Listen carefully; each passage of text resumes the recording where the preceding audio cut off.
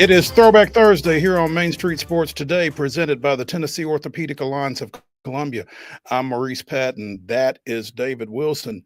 He's coming to you from his home. I'm coming to you from the Main Street Murray studios here in Columbia. We will be here for the next couple of hours talking local, regional, and national sports topics. David, happy Thursday to you. Happy Thursday, Mo. How we doing?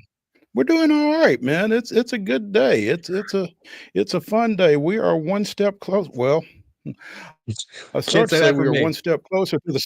Now, exactly. I was going to say we are one step closer to the start of the high school football season, but actually, David is at the nexus of high school football tonight, as he will be on hand in North Mount Juliet for the Beach There you go. Green Hill matchup. That'll be part of my TV 30's Friday night rivals opening weekend package. I guess it's Thursday night rivals tonight, but that ought to be a good one. But we're kind of going again from preps to pros, as we like to say around here, because we're going to have some high school football tonight. We're going to have some professional football tomorrow night, and we're going to talk some college football here later in this show. So we're covering the gridiron at all levels here. Pretty good show, if I do say so myself. In the second hour, we will be joined by Michael KATZ of the Northeast Mississippi Daily Journal as we continue our Southeastern Conference previews. We'll be talking to Michael about the Ole Miss Rebels, hotty toddy. Looking forward to getting with Michael on that. In the next segment on Coach's Corner, we will be visiting with Maplewood coach and former Maplewood two-sport standout Chris Simpson. The Panthers open their season tomorrow night against visiting McGavock, and they got quite the celebration to go with that season opener. Looking forward to talking to Coach Simpson about that. So a couple of great guests. We're also going to be talking a little WNBA, talking a little Braves. Yay. Among other things. Again, we'll get into some college football, some NFL, a little bit of everything. Got a nice little mix of stuff to talk about. And again, it is Throwback Thursday. At the top of the second hour, we'll be throwing it back to a recent conversation that we had with Tennessee Tech Athletics Director Casey Fox. Some pretty big news coming out of Cookeville last week. We will revisit that as Tech will be heading to the Southern Conference beginning in 2026 after about a 75-year run in the Ohio Valley Conference. Talking to the new athletics director up at Tennessee Tech, Casey Fox, about the thought process behind that, and it's pretty illuminating. So looking forward to replaying that as well. So again, we got plenty to get into today and looking forward to doing so. So we're off to a good start, Mo. We are, man. You all right over there? It's nice. It's nice when the high school football season kind of kicks off in your neck of the woods. Hopefully, if you don't have any plans tonight, come on down to Mount Juliet. Come over to Green Hill High School. I'm sure they have plenty of seats in there. I'm joking. That's the joke. I'm sure it's going to be a packed house. But it's going to be a great matchup really quickly, Mo, with Beach and Green Hill getting together, two of the premier programs in the Mid-State. Looking forward to that matchup. So come by, say hello. Wade Neely and Casey Patrick will be having some kind of radio coverage for us with Main Street Prep. So we got you covered from wall to wall over there at the Hill tonight. So come by, say hello. And looking forward to getting the year started. I did miss my nap. As I told Mo before the show, so hopefully we can get that in before we try to battle traffic trying to get to the east side of town. The thing to do may be, and I have actually done this when I went to Green Hill for a playoff game a few years back. You might want to get there and then take the nap. It makes sense. They told me, obviously, a lot of media coverage per se on the docket tonight. So they said, come early and make sure you get your parking spot, your preferred spot. So that might be on the agenda. Might have to go to like a Chili's or something, grab a bite to eat, and then go to the Hill. So that was my thought process. There's a pizza place across from campus. Can't think of the name of it. But yeah, but that might be the play. But yeah, get as close as you can. Grab you something to eat, maybe get parked. Let the seat back and set your alarm because you don't want to wake up midway through the second quarter. But Yeah, then I'll be running in there. yeah, it'll be a fun ball game, like you said. I mean, Beach is one of the preeminent programs in Class 5A in this area, and Green Hill has announced its presence with authority in a short period of time. So yeah, should be a pretty compelling matchup here in week one, as Josh Crouch has really tried to up the ante with their regular season schedule this time around. In fact, David, your Wilson Post preseason tab is out, and the Hawks are on the cover of that. Is that right? They are. The cover from last year's region championship win over Mount Juliet. They were undefeated going into the last week of the regular season last year. So, and that's the Mayor's Cup as well. So, a little ante right there. So, really good photo taken by Lindsay Rutledge. Looking forward to maybe passing a few of those previews out this afternoon. Just to promote the Wilson Post. Really proud of the work that we've been able to do. Mo also mentioned really quickly the schedule that Green Hills kind of put on its plate this year. Wrote a story about that, so feel free to go over to the Chronicle of Mount Juliet's website or the Wilson Post. I kind of just said it, why Green Hill stacked its schedule, and so it was a nice interview with Josh Crouch. Go ahead and read that if you want a little preview of what's to come tonight in Mount Juliet. There we go. Let's go ahead, now that we have set the table for high school football tonight, and give you yesterday's results and today's schedule on the rundown. This is the rundown. Last night's results in the TLSLA, just the ones that we've seen reported. In the volleyball, Riverdale gets a sweep over Ezo Harding in volleyball 3-0. Girls soccer action in the TLSLA as well. Oakland 3-0 victors over Centennial. Last night in the MLB, yesterday we talked about it on the show. The Astros are swept up in Detroit by the Tigers. 7-2 was that final score there. Framber Valdez gave up 6 runs in the bottom of the first inning to the Tigers in that matchup. Last night down in Truist Park in Atlanta, the Braves take the series against the Chicago White Sox. Hurston Waldrop absolutely phenomenal last night. He's dazzled. We'll get into him a little bit later. Braves win that one 1-0. A lot of offense in those first 2 games of that series, Mo. Absolutely none last night. Only run came on an error. Last night down at First Horizon Park, the Sounds picked up their second win in a row over the Louisville Bats. They are 7-5 victors over the visitors from Louisville. And then last night in the W, we'll get into this one here in our top story. Paige Beckers drops 44 for the Dallas Wings, but not enough as Kelsey Plum hits a game-winning shot off the glass. Los Angeles Sparks beat the Dallas Wings 81-80. Those were scores in the W last night. High school football tonight.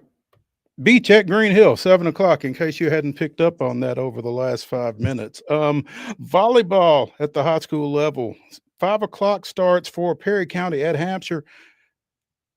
This also says Culleoka at Santa Fe starts at 5. I can tell you that is a junior varsity start. Varsity will begin at 6. So check your local listings. 5 o'clock start listed for Giles County at Spring Hill as well. At 5:45, Providence Christian is at Zion Christian. Also at 5:45, Columbia Academy travels to Battleground Academy. Middle Tennessee Christian is at Franklin Road Academy at 5:45. At 6, Marshall County is at Battle Creek. Shelbyville goes to Columbia Central. Moore County is at Eagleville. Franklin hosting Gallatin. Good luck to Gallatin getting across town for a 6 o'clock volleyball match. Also at 6, it's Rockvale at Harpeth Hall. Smyrna goes to Lebanon. Lewis County is at Mount Pleasant at 6. Murfreesboro Central taking on Visiting Community. Page is at Siegel. And Laverne is at Stewart's Creek. Again, those are all 6 o'clock starts on the court, on the pitch. Girls soccer action tonight. Again, 5 o'clock first touch for Providence Christian at Franklin Road Academy. Rockvale is at Murfreesboro Central at 5:30. Wilson Central goes to Smyrna. Smith County is at Springfield. Spring Hill is at Battle Creek at 6. Lebanon is at Cookeville. St. Cecilia Academy travels to Friendship Christian. Clarksville Northeast is at Overton. Cannon County goes to Middle Tennessee Christian. Ezel Harding is at Watertown, and Zion Christian is at Webb of Bell Buckle. Those are all 6 o'clock starts at 7. Columbia Academy is at Columbia Central. Grace Christian of Franklin travels to Fairview. Portland is at Green Hill. Stewart's Creek is at Laverne. Nolensville travels to Siegel. Warren County is hosting Riverdale. And Lewis County is at Culleoka. Let's say Major we League- didn't map Oh, go out. ahead. We didn't map Mhm. out really quickly that Green Hill situation with the parking over there, adding a soccer match in there as well Ooh. to the football slate. So not fun per se. Continue, Mo. No. Oh, all right. At 6:15 tonight, you can see it on Fox. The Houston Astros trying to snap a 4-game skid. We'll talk more about that later in the show, but they go to Baltimore. It's a 6:15 start. Again, you can see it on Fox. At 6:35 at First Horizon Park, the Nashville Sounds continue their series against the visiting Louisville Bats. It is Throwback Thursday and everything that goes with that.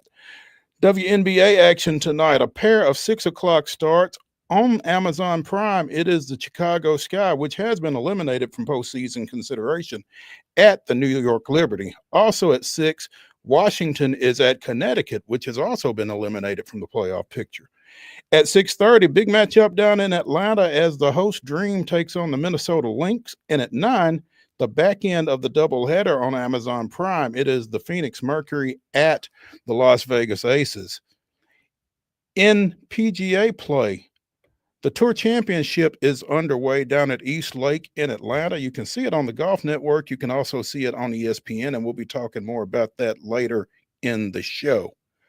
Ladies and gentlemen, that concludes your rundown.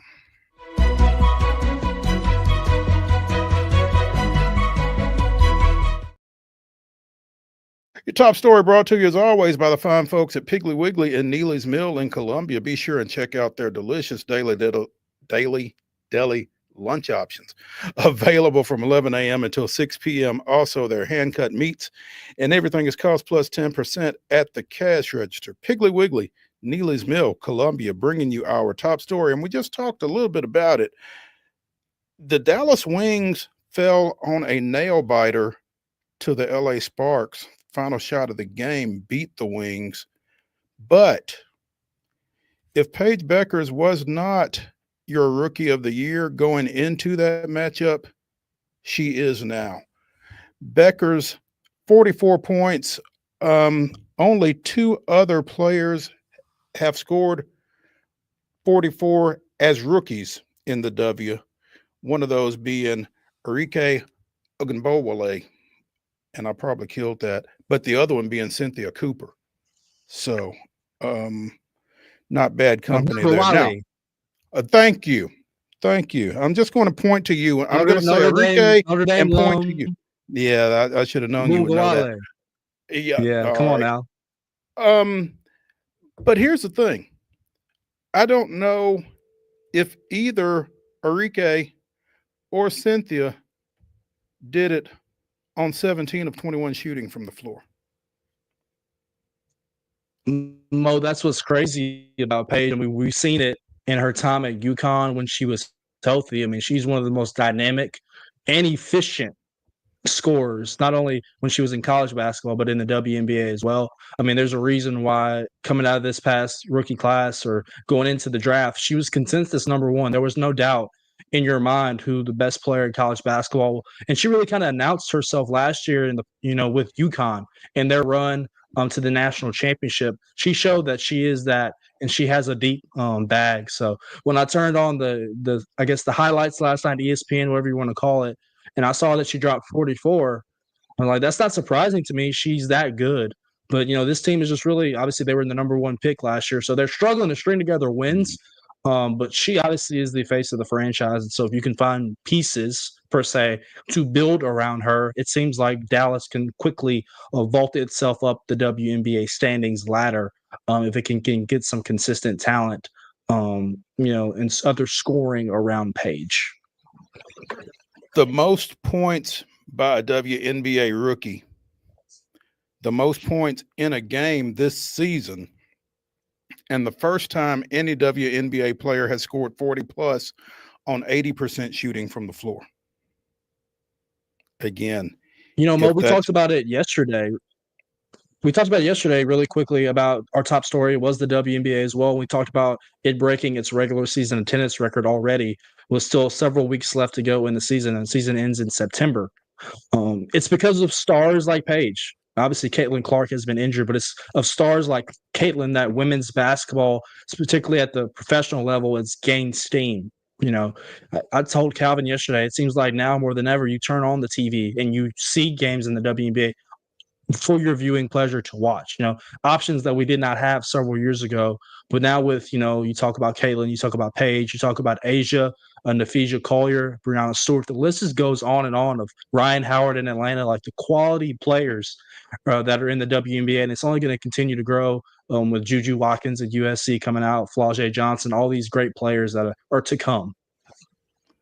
If you're not watching it, you're missing it. I mean, seriously. I watched the Liberty and the Lynx over the weekend. It's pretty much must-see TV. It was a rematch of the WNBA championship from last season. Minnesota is really kind of run off with the top seed pretty much. But, I think this postseason, once they get there, is going to be really compelling. And I'll be interested to who challenges the Lynx this time around. But I mean, the Liberty, if Stewie gets healthy again, they're going to be hard to handle. I believe Dallas has been eliminated as well with that loss last night, and it's kind of disappointing because you'd really like to see what Paige and that bunch could do in a playoff setting. But man, she's something to watch, and she's going to be something to watch for a while. So again, Paige Becker's 44 points in a loss last night, shooting 17 of 21 from the floor, knocking down all four of her three-point attempts, 6 of 6 from the line. So it's not like she was just getting mauled and putting up that 44 points, but a heck of a performance from her again in an 81-80 loss at the Sparks. Tough season, but you got to start somewhere, and that's a heck of a piece to build around if you are Dallas. So definitely be keeping an eye on them as we go forward.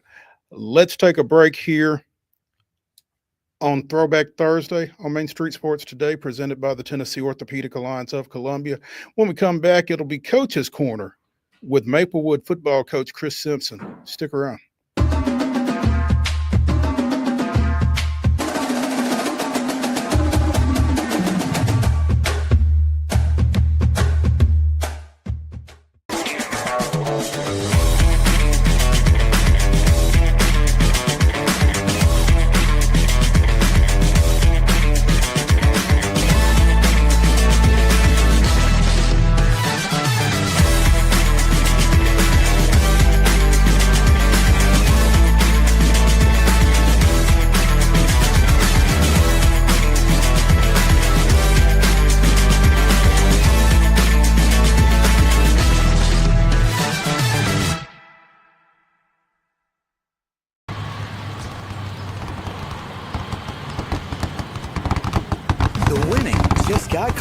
All-new Sportsbook, the latest gaming machines, live horse racing, and more. The Mid-Gaming Hall, Kentucky Downs. Winning just got closer.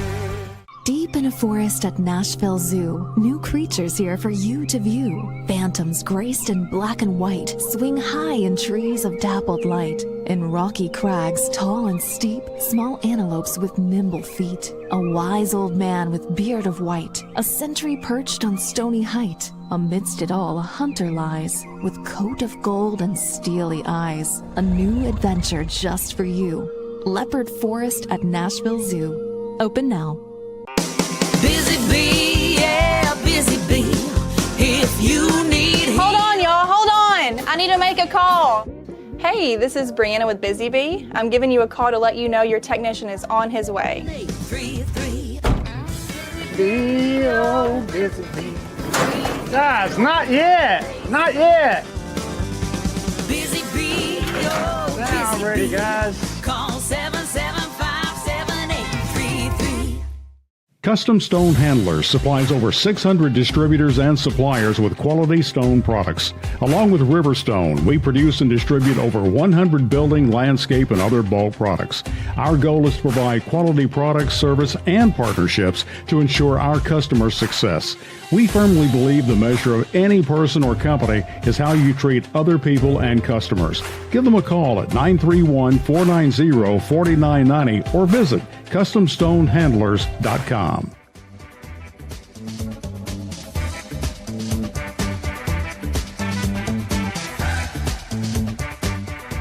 Welcome back into Throwback Thursday here on Main Street Sports Today, presented by the Tennessee Orthopedic Alliance of Columbia. That's David Wilson. I'm Maurice Patton.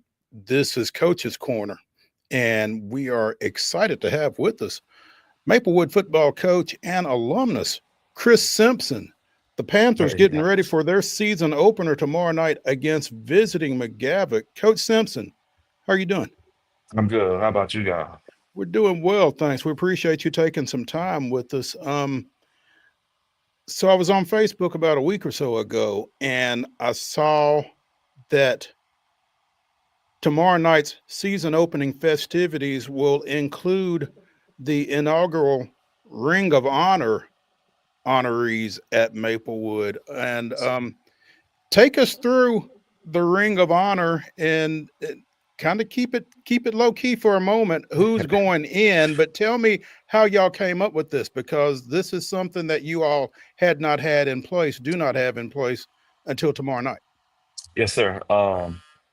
We we had about we are doing so when I first got here, of course I'm alumni, Maplewood alumni. So I think it's long overdue, honestly.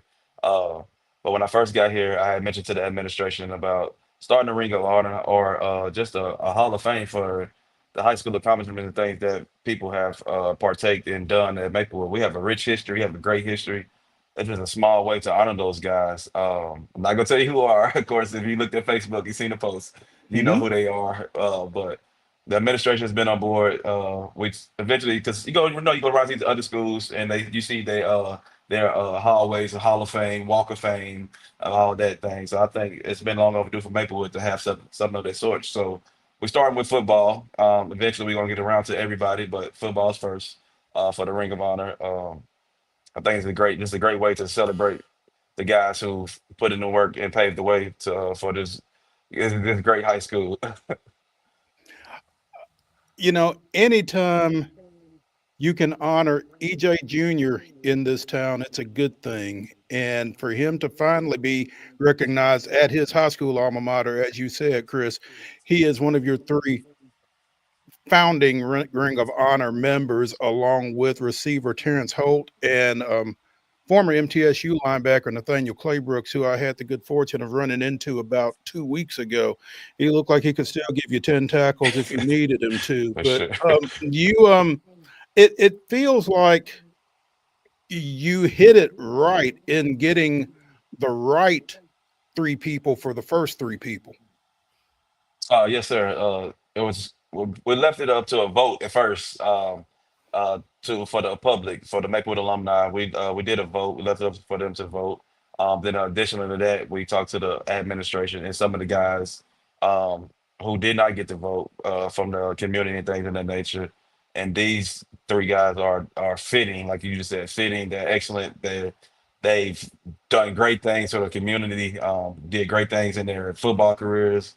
EJ went to Alabama, of course. Terrence Holt went to Austin P, set some records up there. Nathaniel went to MT, set records up there. All these guys are in the Hall of Fame of their respective colleges. So why not give them that honor of being in the high school as well? It's one of those things that somebody has to get it off the grounds. Kudos to you for doing so out at Maplewood. I'm sure that there are folks that will hear about this and that kind of thing, and it's like, what took so long? But if you didn't have a mechanism to do it, then you couldn't do it. But sometimes it's just better late than never, right? Absolutely. I'm just thanking for the administration for allowing me to do things of this nature. They're full on support. They've been here for a while. Well, a couple people have been here for a while. Mr. Townsend, Mr. AD, Mr. Wilson. So they know what this community means, what this means to our community as far as getting these guys in and starting this. Hopefully they bring some people back into the fold of supporting Maplewood as well. So, it's everything is trying to continue to grow the program in the right direction. It sounds like, Chris, that this is just going to make an already exciting evening even more exciting. I mean, again, you've got your season opener tomorrow night. It's McGavock. It's a kind of a neighborhood rivalry there to some degree. Obviously, you and Fred Burnett got a little bit of a history there, and so it's just already a big night, and it's going to be an even bigger and better when it feels like. Oh yeah, absolutely. First game of the season, the opening game. We get to play it at home, thankfully. Nothing like playing at home, especially in front of our crowd. They do a great job of coming out support. Um, so especially and then it gets my good friend Freddie B, as we call him. So Mhm. it's a good time. It's gonna be a good game. I think he's done a great job with his program over there. Of course, he was here before, so I think all of it is coming together. It's a tenfold thing. Just wait to see. Can't wait to see what we put together. Got a great group of seniors. I got 14 seniors who've been with me since I started. So I told them this is time to get it done. Opportunities ahead and presents itself, so it's time to get it done. Now, coach, there's no pressure when you are doing something big like the Ring of Honor. You got this big home game. You got these festivities going on. You got to get the dub, right? Yeah, absolutely. We have to. We do not get the dub. It puts a dent on the night because we've done so well promoting this thing, getting the guys here. I know the three honorees are super excited. So we have to put the finishing touches on it. We don't make it a night to remember for those guys and our kids and the fans. Chris Coach, Simpson of I love Maplewood to joining us here on. Go ahead. go ahead, Mo. Sorry, Go ahead. Co- No, Coach. you're I love fine. I was asking. just going to reintroduce for folks who maybe came in the midst. We've got Chris Simpson of Maplewood joining us here on Coach's Corner. They got a big night tomorrow night as McGavitt comes to campus on their Ring of Honor recognition, their first. And now we've lost Chris. Chris, you still there? Well, I think I'm losing. There he is. Coach, you all right? Yeah. I think I lost you for a second. I'm back. Okay. All right. Go ahead, D-Dub. I got you, Coach. I love to ask coaches in your position who are able to come back home to their alma mater. Obviously, it probably means so much to you to wear those colors and go on the sidelines every Friday night. So take me back to when you accepted the job back in 2023, just the emotions that come with that and, leading your program out to the field every Friday night. Yeah, it was some long conversations had, just trying to make sure that this was the right fit. Even though it's your alumni, you still don't want to your alma mater. You still don't want to go into a situation where you don't think you can be successful. But I think the administration we have in place and what they allow me to do in building the program and leading these students, athletes, I think it was the right fit. It was, as I said, it was a long conversations, long phone calls, a lot of prayer. But when it finally got done, it was nothing but joy, thrills, and excitement. Had so many alumni guys reach out to me and just tell me that they got my full support. Well, I have their full support, and any way they need me, and they have given me everything I've asked for as far as community-wise. The guys come out, they come talk to the kids, whatever capacity I need, they are on board. So. I'm still excited leading the guys out. As I told them, it's like there's no better feeling than playing for Maplewood, in my opinion, of course. But these guys, the guys that wear the maroon and black and white and silver now, the Maplewood across their chest, it's just a different feeling, different ball game. Like, be proud to wear it. There's a lot of greats that came before you, so I like to talk about the Ring of Honor and those guys. So we got something to stand on. We got a rich history, rich tradition. We just got to keep it going. Yeah, kind of really quickly, kind of walk us through. You mentioned your 14 seniors that are going to take the field with you tomorrow night. Kind of walk us through this iteration of the Panthers squad. Obviously, it's a reclassification year, so you guys are kind of moving into a kind of newly formatted region that has some metro ties as well. Welcome in Westmoreland and White House Heritage as well. Kind of just walk us through what you think you have this year and just the challenges that come with playing in a new region per se. But yeah, I think it's the best. This might be the best squad that I've ever had in my 10 years. It's on my third year, but on paper, it's definitely the best squad we have. So this is the most seniors I've had. We have up one every year though. So this year is the biggest year we had as far as the seniors. Those guys have been with me since I first arrived. They've done everything I've asked. They've worked. They did community service. They want to complain sometimes, but they do everything I asked of them to do, and I just want them guys to have a great year. The region that we in, we got some familiar foes at Stratford. I know White Creek, Westmoreland. We played White House Heritage last year in the playoffs. The first round they put us out, so we want some revenge on those guys. but I think it's to be a exciting region. There are a lot of different personnel styles. Everybody's running something different. So it's a different matchup every week. So I'm excited to get to work with those guys. Well, we got to take care of business week one first. The region is on down the line, thankfully for us. So we'll try to take it one game at a time around here. But the region guys, I think they're all good. Met with them in the region meeting recently. So we're excited to see where we go. You know, they changed the playoff style too. So the goal is to win the region. So that's the aiming point. You know, you've been fortunate enough in your career to be on some really good staffs in the Metro Public School System, Pearl Cone, East Nashville as well.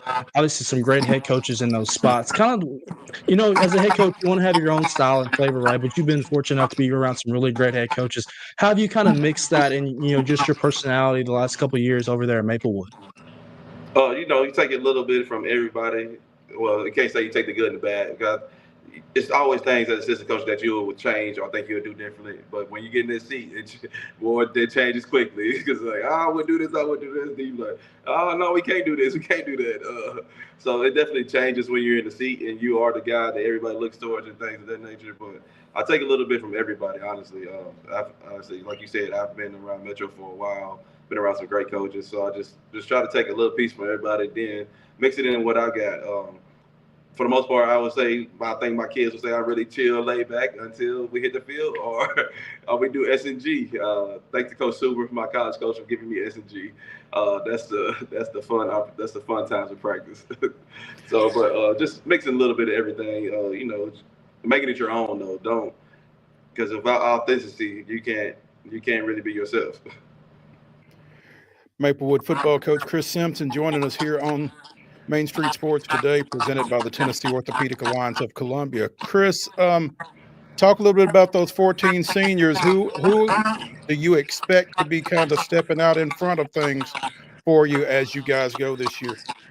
Yeah, so we starting off with Demarion Teasley, Papa, as we known around here.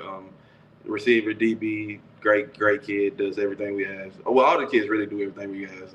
I'm just gonna run down a list of that. I think top of my head, we got Lil Papa, we have Jalen Strong, we have Mark McCree, his lineman, undersized lineman, but definitely does what we ask and more.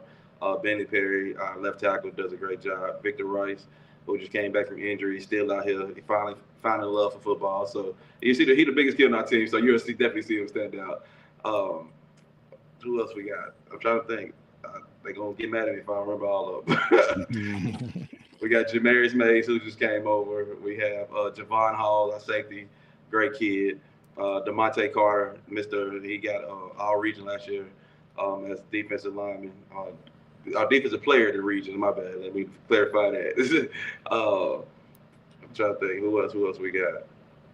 Oh, they'll be mad at me. I think I had to charge it to my head and not in my heart. There we go. Chris, again, a former two-sport standout at Maplewood yourself. Who on this roster reminds you most of you as a player? Ooh. The closest thing we have to be, I would say, just because he does two sports and he's pretty decent in both sports, is DeMonte Carter. He plays baseball as well. He still think he's better than me in baseball for whatever reason, but I think he would be the closest because he's the leader on our football team, but he also is the leader in baseball as well. So I'm expecting huge things out of him. He sacrificed this year to play another position to help us out offensively. So I'm uber proud of this kid. Maplewood football coach Chris Simpson joining us here on Coach's Corner on Main Street Sports today. The Panthers host McGavock tomorrow night in their season opener. It will also be their inaugural Ring of Honor as they recognize former Maplewood greats E.J. Jr., Terrence Holt, and Nathaniel Claybrooks. Now, Coach, will that take place pregame, halftime, postgame? How are y'all handling that so that you can be involved with it? We will do it at halftime of the game. Let the anticipation build, and hopefully we're up at halftime, so it's even more exciting for everybody. There you go. Sounds good. Coach, we appreciate it. Thanks for taking some time with us. Good luck tomorrow night. Don't tell Freddie B we said that. But good luck, and we hope to catch up with you again soon. Thank you. I appreciate y'all for everything y'all do. Thank you. Let's take a break here as we continue Throwback Thursday on Main Street Sports Today, presented by the Tennessee Orthopedic Alliance of Columbia. When we come back, we'll talk a little baseball. Stick around.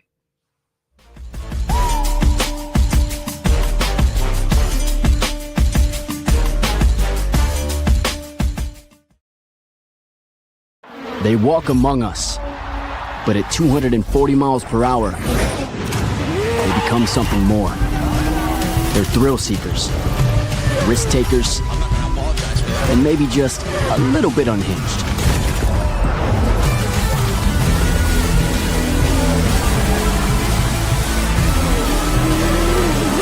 Buckle up. This new era of speed, this racing revolution, it's just getting started. Hi, I'm Stephanie Miller. Main Street Media is partnering with Borchetta Bourbon Music City Grand Prix at the Nashville Superspeedway to send a family of 4 to the race August 31st. To register, please visit any Main Street Media website and look for the Register Here banner. You'll also receive some fantastic Borchetta Bourbon Music City merchandise. We look forward to seeing you at the race.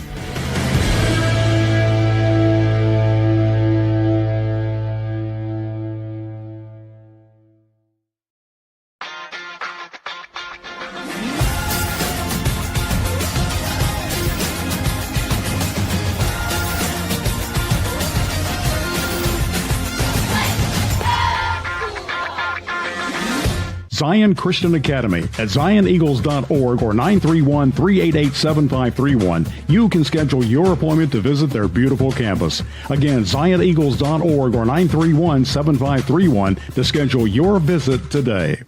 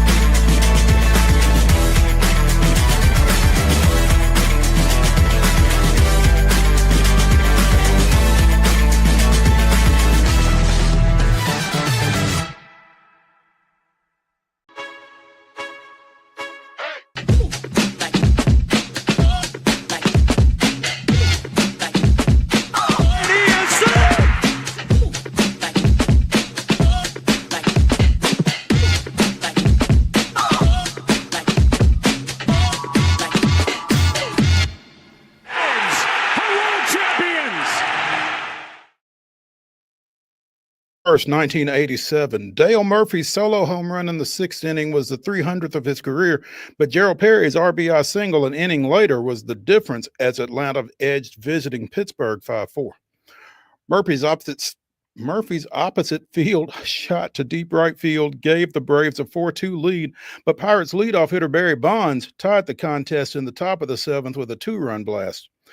With the 1-run cushion, the Atlanta bullpen of Paul Ossenmacher, Gene Garber, and Ed Olwine closed out the contest and preserved Zane Smith's 13th win of the season.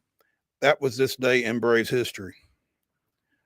It was another close one for the Braves last night at Truist Park as Hurston Waldrop continues to impress, pitching 7 shutout innings. And as David mentioned in the rundown, the Braves scoring their only run on an infield error that allowed Marcell Ozuna to score the game's only run. Atlanta 1, White Sox nothing. Final there.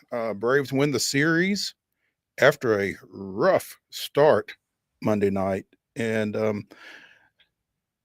don't let the Braves get hot. No, I don't think it's going to matter. But the Braves have won 10 of their last 12 with that victory last night. So it's a lot easier to watch these days, for sure.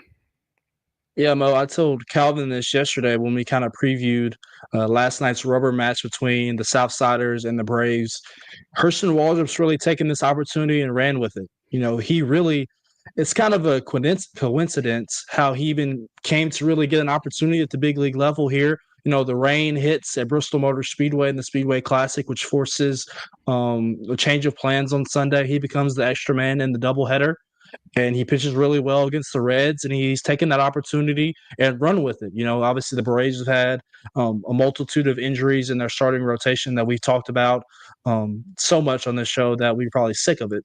But when that opportunity presented itself for Hurston, who has all this talent and the ability in the world. He's a former first-round pick out of Florida. And I remember as a fan when that draft happened, when he fell to them in the first round, I was like, that's the guy. Because one, we know the Braves love pitching. But two, that splitter was ranked as one of the best secondary pitchers in that draft. And we've seen it. When he throws strikes, he has the ability to be really good. So hat tip to Hurston. He's really kind of played himself into the future plans per se of the Braves when, 2 months ago, we necessarily couldn't have said that case. Without question, he has done himself a world of good with his performance at the major league level since coming up. Again, as you said, just happenstance with the rain at Bristol and everything that kind of conspired to get him into that position. And he's probably going to go out there every fifth day the rest of the way at this point, as much because of the condition of the Braves pitching situation as anything, but certainly he has earned that position. And with last night's, again, 7 scoreless innings performance, he has done something that only one other rookie in Major League Baseball history has done. He has won his first 4 appearances of this season, allowing 1 run or less in each of those 4 appearances. The only other rookie to do that, Fernando Valenzuela, back in 1981, which, as David reminded me when we were discussing something else prior to the show, it was before he was born. So, yeah, Waldrop definitely in some pretty elite company with his performance to this point this year. And now he came up and made at least 1 appearance last year, but not a bunch. So he retained his rookie status coming into this season. He's still a rookie. I don't think he's going to figure into any rookie of the year candidacies or anything like that. But man, to be doing what he is doing as a rookie really kind of gives you something to look forward to when you consider, what else the Braves have got coming back on the mound once everybody gets fully healthy and that kind of thing. So, yeah, he just gives another plank to that platform that 2025 is a one-off season for this team. Yes, you mentioned that he's a rookie. He only pitched twice at the big league level last year. The first, I guess, his major league debut was up in Washington. I missed him by 1 day. I took my mom up to DC that weekend. He pitched on Sunday. My mom and I were there for Friday and Saturday. And then his next start came against Tampa Bay down at Truist Park. I was there for that one. So I've seen Hurston pitch, and it's night and day. Those 2 starts last year were really rough. Not being able to command not only his fastball, but his secondary pitches as well. We haven't seen that issue ever since he's come back up. He had not pitched well at the minor league level earlier this year. I remember having him at a Sounds game here at First Horizon Park. He didn't make it out of the first inning, Mo. Couldn't throw strikes, really struggled with command. It's night and day, whatever the light switch has flipped. And apparently when you read and listen to the Braves beat reporters in their broadcasts, what flipped that switch for him was Sean Murphy being hurt and needing to be on a rehab assignment, and him talking to him while at Gwinnett and working through pitches and sequencing and all those things. And Murphy says, your fastball plays at this level. It's 95, 96. You can't be afraid to throw your fastball at the big league level. It just can't always be secondary pitches. So the value of Sean Murphy, a guy that, plays obviously in the Braves catching duo for the foreseeable future, helping the young pitcher kind of find his footing at the big league level is very important. Listening to last night's telecast, David, it also appears that he's done some stuff with his delivery that he's been able to repeat it more consistently, and he's maybe gotten a little bit more compact with it, and it's just, again, allowed him, it's a more repeatable delivery, and it's given him better results. But whatever he's doing, he needs to stay with it, because again, 4 straight starts with 1 run or less allowed. I believe the 7 innings that he went last night was a career high at the major league level as well. So they continue to extend him out and stretch him out, that kind of thing. Unfortunately, Pierce Johnson comes on, throws a scoreless 8th, and Razel Iglesias, who is another guy that everybody wanted to get traded at, the deadline, he's flipped a switch as well. He has been unhittable. I think he's got like 12 straight, maybe 13 straight now, scoreless appearances out of the pen. And, where was that when the games counted, right? Right. Mo, if somebody would have pulled the both of us aside in March and February and said it's going to be August 21st and the 2 best pitchers on the Braves staff are going to be Joey Wentz and Hurston Waldrop, we're going to be like, did the apocalypse happen per se? But that's where we are. Chris Sale on his way back from the injured list, made a couple of rehab starts. I believe he's going to make another one with Columbus here very soon. So I guess a reinforcement is on the way. I believe they've already shut down and kind of quelled the Spencer Swalling back and Ronaldo Lopez coming back. But we head into the Mets series this weekend, Mo, and I believe the Mets are only 8 or 9 games up on the Braves. So you're saying there's a chance, per se, we can maybe get back in that wild card race. I'm not falling for the banana in the tailpipe. I'm just ready to get this one over with and get to 2026 at this point. I think the Braves 58-69. So what's that? 127 games. So we got 35 games. We got 35 games left in the schedule. Let's just shoot for getting to 500 and calling it good at this point. Let's get to 500. Let's keep Michael Harris hot. Let's keep Ozzie trending in the right direction. Let's get D. Rake Baldwin the Rookie of the Year award. I should have wore the shirt, Mo. I can go get it at the break and I'll go put it on. Drake Rakes, yeah, but let's do that, and we will call it good for where we've come from as far as the Braves go. Again, idle tonight. They got the Mets coming in tomorrow night. The Mets 8 games over 500. The Braves 11 games under 500. And the aforementioned Joey Wentz getting the ball tomorrow. So we will see if he can keep doing good things in a Braves uniform. Things not looking great for Wade's Astros. They gave up 6 runs in the first inning yesterday, as you mentioned, to the Detroit Tigers, who won 7-2.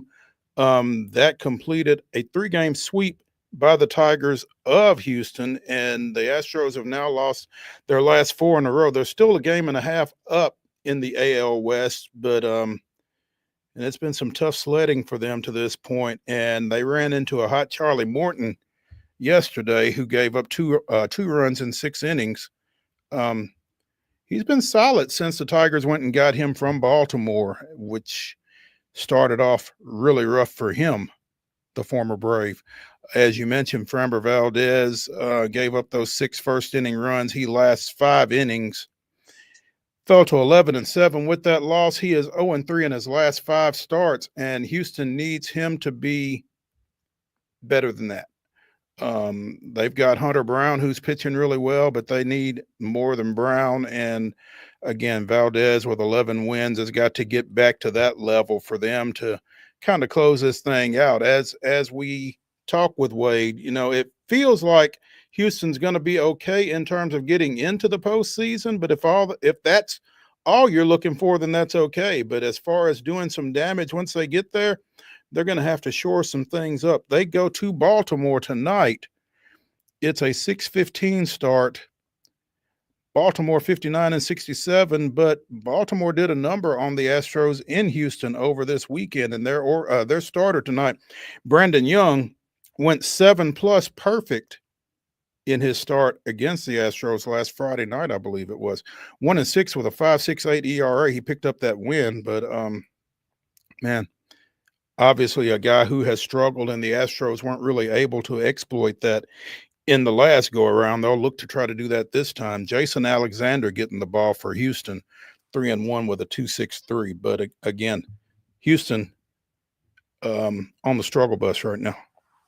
Yeah, you took the words right out of my mouth, Mo. I believe yesterday, when we had the baseball chatter segment, it had been 28 straight scoreless innings for the Astros that they had not scored a run. That extended to the 30 mark yesterday in their loss. Obviously, they scored against Detroit, but did not pick up the win. You mentioned a great nugget right there about Brandon Young from the O's. I caught on, turned on MLB Network to, anytime you get seventh inning, eighth inning, and a guy's got a perfect game going, I turn it on as a baseball fan because that's history. You don't see those things every day. And the one hit slash error that the Astros had, Brandon Young just rushed a comebacker to the mound over to first base on a tough play. But Astros offensively have really struggled. At the deadline, they make the trade with Minnesota to bring Carlos Correa back home. You think, man, this team is going to get hot, but obviously, considering he is a guy that's on my fantasy team, Yordan Alvarez has not been healthy for the Astros all year.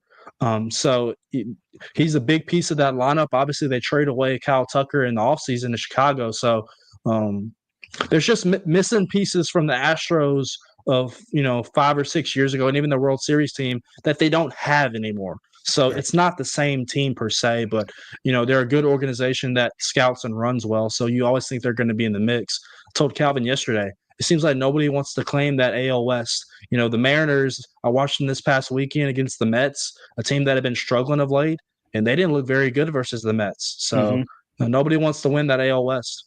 It's going to be interesting. You talked about teams making moves and turning them into something good.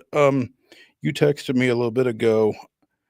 Ken Rosenthal, among others, are reporting that the Braves have picked up Cal Quantrill, who was placed on waivers by Miami recently. So the Braves looking for reinforcements in that starting rotation just to kind of get through this final 35 games. And Quantrill, who has pitched for the Padres, among others, at the major league level, might be an arm that, can give you some innings here down the stretch and just maybe keep you from having to burn through some young guys who aren't necessarily ready. Because, again, what this team is playing for at this point is a little limited, I think. But, yeah, if you can get something out of Quantrill over this last 6 weeks or so, that could be something good for Atlanta. So we'll see how that plays out. Big game going on right now in the National League Central as Milwaukee wraps up its 5-game series at Wrigley Field against the Cubs. Milwaukee won that opener on Monday. It was supposed to be the first game of a doubleheader. The second game got rained out. The Cubs have won the 3 games that have been played since, a doubleheader on Tuesday and yesterday, with Jacob Misiorowski taking the loss for the Brewers in yesterday's game, giving up 3 runs over 4 innings. Right now, though, the Brewers lead this one 2-1 in the top of the 6th. You can see it on the MLB Network. Milwaukee trying to get out of town with a little of their pride intact after dropping 3 or 4 to the Cubs to this point. That NL Central race is very interesting. The Cubs have kind of, since the break. I guess I won't say the break. I'll say the trade deadline. Their acquisitions have not hit as much as they wanted to, and obviously Milwaukee have been one of the best teams in baseball over this last stretch. Winners are 15 in a row, 14 in a row, 14. But the Cubs have pieces. When you get to the postseason, right? We both know that Milwaukee is going to make the playoffs. It's pretty kind of set in stone that the Cubs will as well. The Cubs have the pieces, particularly with the aforementioned Kyle Tucker in their lineup, Dansby Swanson, who's a World Series champ. Obviously, Craig Counsell, regardless, is one of the better managers in baseball. That the Cubs have the ability to get Wrigley jumping in the postseason and make a run at it for sure. It's just kind of a crapshoot that is the wild card of, do you make it out?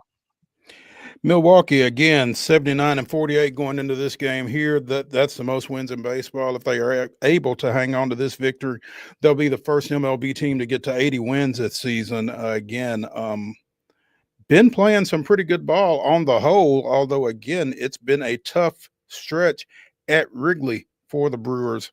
We'll see if they can get out of here with 2 of 5. Last night in the NL West, The Rockies, of all people, with an 8-3 win over the Dodgers. The Padres defeat San Francisco 8-1, cutting the Dodgers' lead in that division to 1 game over the Padres. Never a dull moment in the NL West. Watch that series as well. Yeah. This is, I guess, a quick question for you, Mo. I think historically, the Red Sox versus Yankees is regarded as one of the best rivalries in baseball, historically. But I think as of right now, today, August 21st, I don't think there's a better rivalry in Major League Baseball than the Padres and Dodgers. You're talking about two fan bases that hate each other. You're talking about two fan bases that hate each other, and you're talking about two franchises who have spent a lot of money. It's become an arms race between those two, I think, between either free agents or retaining some of their own people. It's like we detect a window being open to being successful. Obviously, the Dodgers are the World Series champions. The Padres don't feel that like they're that far off that pace, and so trying to stay in that mix is a big deal to them. So I don't know if their series is over for the season or not, but anytime those two get together, you better be paying attention to it. Yeah, I mean, I think the Padres, they were regarded as the better team last year. They had the 2-1 lead in the best-of-5 NLDS last year in the postseason, and they kind of let that slip away. I mean, we saw firsthand how good that Padres lineup can be in the wild card when we played against them. I mean, they were the better team, and they let it slip away. So I know they are kicking themselves because the Dodgers have always, in a sense, been big brother to them, at least over the last stretch. So you got one team who is the defending World Series champion, and you got the one nipping at the heels, per se, that feels like they are the more talented and better team. Sounds with a 7-5 win over the Louisville Bats last night over at First Horizon Park. 4 home runs for the Sounds in that victory. They'll try to reprise that power surge tonight at 6:35. Again, it is Throwback Thursday over at First Horizon. Be sure and get out. This is hour number 1 of Throwback Thursday here on Main Street Sports Today, presented by the Tennessee Orthopedic Alliance of Columbia. When we come back to start hour number 2, again, it is Throwback Thursday. We'll be throwing it back to a recent conversation we had with Tennessee Tech Athletics Director Casey Fox. And David asked probably the most important question of this segment, so be sure and stick around, see if you can figure out what it was. Casey Fox, when we come back here on Throwback Thursday on Main Street Sports Today, presented by the Tennessee Orthopedic Alliance of Columbia.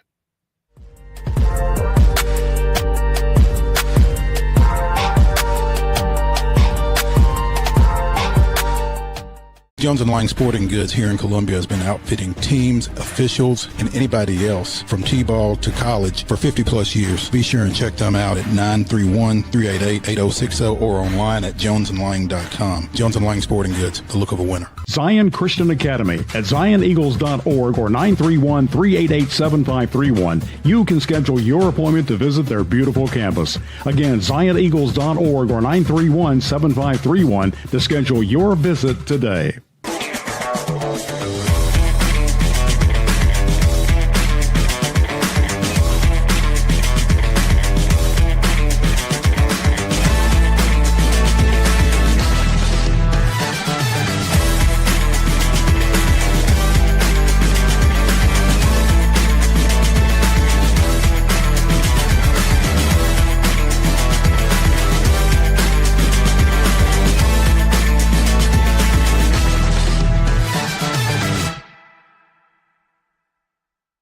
Custom Stone Handlers supplies over 600 distributors and suppliers with quality stone products. Along with Riverstone, we produce and distribute over 100 building, landscape, and other bulk products. Our goal is to provide quality products, service, and partnerships to ensure our customers' success. We firmly believe the measure of any person or company is how you treat other people and customers. Give them a call at 931-490-4990 or visit CustomStoneHandlers.com. Piggly Wiggly, located in Neely's Mill Shopping Center, is Columbia's locally owned and operated Cost Plus 10 grocery store dedicated to serving the community with low prices and smiling faces. Piggly Wiggly offers fresh, hand-cut meats daily, as well as daily hot plate lunches from their deli counter. You're certain to see smiling faces and a helping hand when you're here at Piggly Wiggly. Come by and check out our fresh produce, high-quality meats, and more. Down home, down the street, we'll see you at the Pig.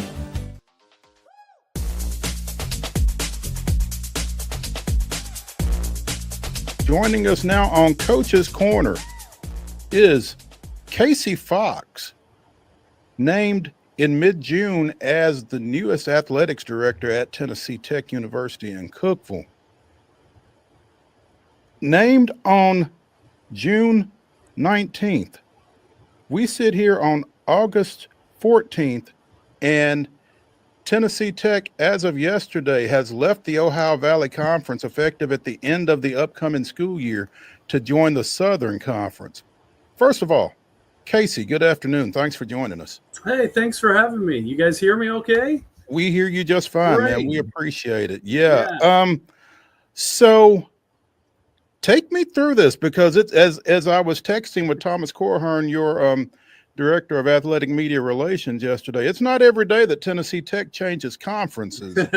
76 years. 76 years. Yeah. Yeah.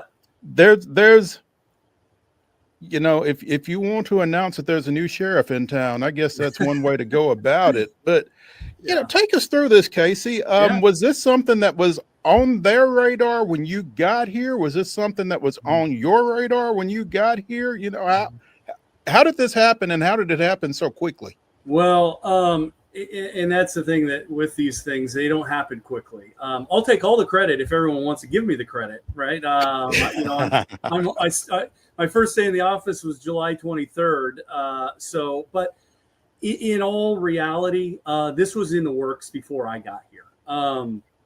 The president, Phil Oldham, our president here at Tennessee Tech, I think, I'm not going to speak for him, but I know he was working on this for a long time. This was in the works, for a while. Feelers, and things were put out, and conversations of, hey, if you guys were ever, looking, that might be something we would consider. And then I know this spring it really ramped up when the SoCon came to us and basically said, hey, we would, we're going to consider expansion. You're there in the mix. Let's talk about this.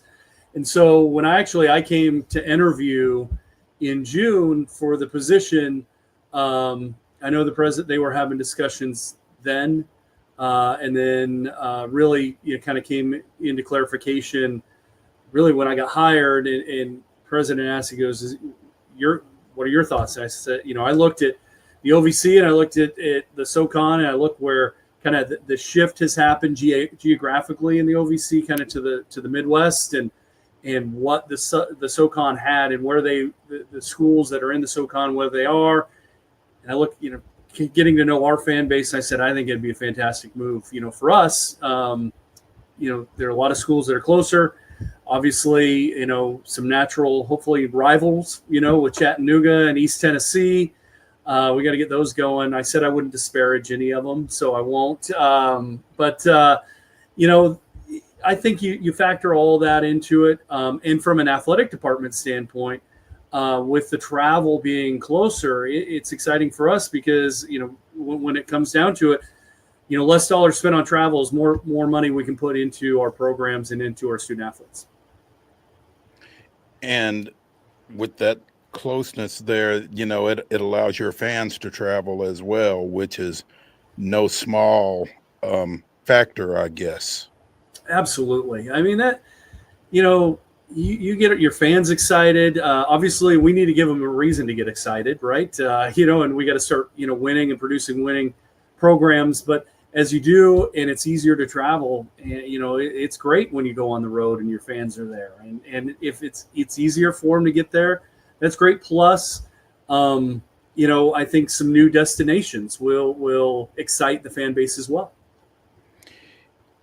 Which of your programs do you feel like, just off the top of your head, Who benefits the most from this? Wow. Well, I think all of our programs benefit. I think football is right there. Just the kind of the strength of the SoCon in terms of their football. Their teams. Obviously, baseball is one, and men's and women's basketball too. I mean, men's basketball. The SoCon was on the cusp of getting 2 teams last year into the tournament. So it benefits all of our programs, but that means we've got work to do as well. We've got to reinvest and we've got to invest into our programs and so that we come in next fall, with a fighting chance to compete. Casey, first of all, congratulations once again on the job. I have to ask you a softball question first, really quickly. Not the sport, but a kind of an easy question per se. Every time I have this dilemma when I come to Cookeville, Ralph's or Big O's. So I have to ask you, give me your opinion on the two. And this might put you in some hot water. Well, I'll go ahead and ask anyway. I'm not sure that's a softball. Well, I can tell you this. I've been here 4 weeks, okay? It's a pretty easy answer for me at this point because I've only had Ralph's. I have yet to try the others, but Ralph's is fantastic. Those blueberry cake donuts are, I got to stay away from them. But man, they're good. They're fantastic. I love them. I will warn you, Casey, anytime you come on this show, there is a very good chance that food is going to come up at some point. So great. And it doesn't matter which of us it is that's on the show. Food is going to come up. So all right, I'm ready for it. I love food. Absolutely. David? Casey, you kind of mentioned they're trying to grow the rivalries now when you join a conference in the SoCon with ETSU and UTC, obviously 2 great programs in the sports that they provide. How can you do that per se and just kind of get the fan base? Obviously, with the travel being on the kind of the middle to eastern part of the state, it's kind of easier for your fan base to get there. But how can you kind of help grow those rivalries and become them like niches in the conference? Yeah, I think you can't force a rivalry. It's got to be something that kind of organically grows. But really, what it comes down to is, are you competitive? Can you hang? Can you beat the other team? So